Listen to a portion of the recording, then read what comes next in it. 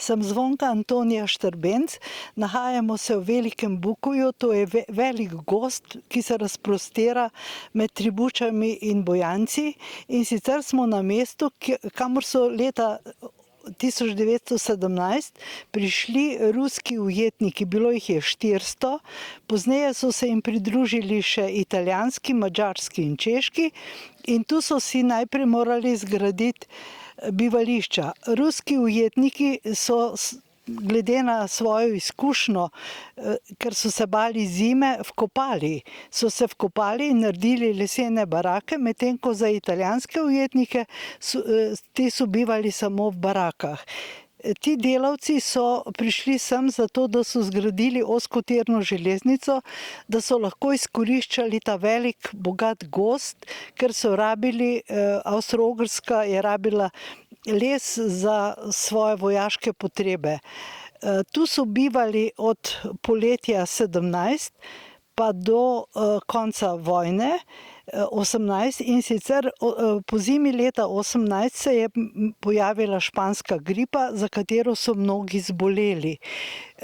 Predvidevam, da so imeli neko posebno barako, v kateri so bivali tej bolniki v Dolenji vasi, ker v mrliški knjigi sem našla podatke, da so umrli v Dolenji vasi, pokopani pa so na pokopališču v Vojni vasi. Umrlo je 22 po podatkih ruskih ujetnikov, ostali pa so šli, ko je bilo konec vojne, naravnost preko Kolpe, kjer pravijo, da so celo eni utonili, so se vračali nazaj. Nekaj jih je tudi ostalo, našli so si tu dekleta, tako da imamo še kar nekaj priimkov ohranjenih v Beli krajini, Komarov, Hanov in še nekatere druge, medtem ko umrli so tudi Italijani, njih pa je pokopal, je razvidno iz mrliške knjige, župnik, medtem ko ti so bili pravoslavci in ni navedeno, kdo jih je pokopal. Piše pa kraj, da so pokopani v Vojni vasi na pokopališču, kje pa žal nisem našla nobenega podatka, čeprav sem spraševala tudi starejše ljudi, ampak o tem ni nihče znal nič. Ko sem bila prvič tukaj, je bila z nami žal že pokojna gospa Marija Vranežič in ona mi je povedala eno žalostno zgodbo. Tu je bila ena ženska v Adlešičih, ki je pač se zaljubila oziroma sta se zaljubila z enim od ujetnikov, ostala je noseča. Ko je bilo konec vojne, je ta ruski ujetnik odšel, njo pa je nosečo pustil, in da bi bila zgodba še hujša, se je njen mož iz ujetništva vrnil.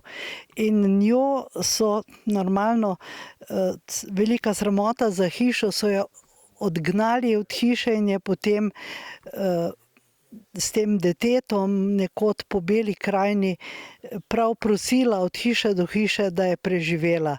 Kako se je ta zgodba končala, ne vem, to mi je povedala ta Marija Vranešič, žal že pokojna. Tu so pa ostanki te. Za mano vidite ostanek, in sicer luknjo, v katero ki so jo skopali ruski ujetniki. Zgoraj je bila verjetno lesena baraka, tako da, ker so se bali zime, so se bolj počutili, da so se vkopali in da so tu živeli to bedno življenje, ki so ga sploh lahko živeli tukaj. Tu smo našli vsaj enih 15 teh ostankov. Ja, če bi se sprehodili tu po gozdu, bi našli več takih, danes so še to plitve luknje, najmanj 15 smo jih zdaj našli tako na hitro, moralo jih je biti pa več, ker če je bilo 400 ruskih ujetnikov v tej barakah, ne vem, morda jih je bivalo po, 10, potem je moralo biti teh barak veliko, žal pa ni več nobenih drugih ostankov kot te luknje. Nahajamo se v Velikem Bukovju na križišču cest Tribuče Velika Sela, kjer so leta 18 žagali lest ruski ujetniki za progo ozkotirne železnice. In od teh časov je tukaj so še ostanki, ki so ostali, ki pa ne vemo, čemu so namenjeni.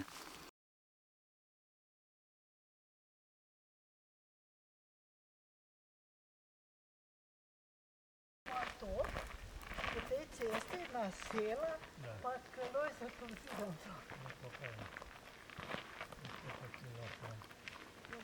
Nahajamo se na pokopališču v Tribučah, stojim pa ob grobu Hanova Sergeja, ruskega ujetnika, ki je po kapitulaciji ni šel nazaj v Rusijo, ampak je tukaj ostal in si ustvaril družino in tu so že njegovi potomci, pa tudi še danes živijo njegovi pravnuki, verjetno tu v Tribučah, in priimek je ohranjen.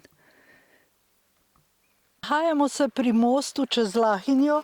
Most se nahaja med vasmi Žagarci, Čudno selo in pa Vičiči in je bil zgrajen, osnovni del, leta 18. Zgradili so ga ruski in italijanski ujetniki, in sicer po tem mostu je šla ozkotirna železnica iz Bukovja do Črnomlja. Tu vidimo še ostanke, tista nižji spodnji betonski del je še iz leta 18. Pred leti pa so vaščani nadgradili most in zopet povezali ta dva bregova, ki prej nista bila prehodna. Danes to s pridom uporabljajo kolesarji.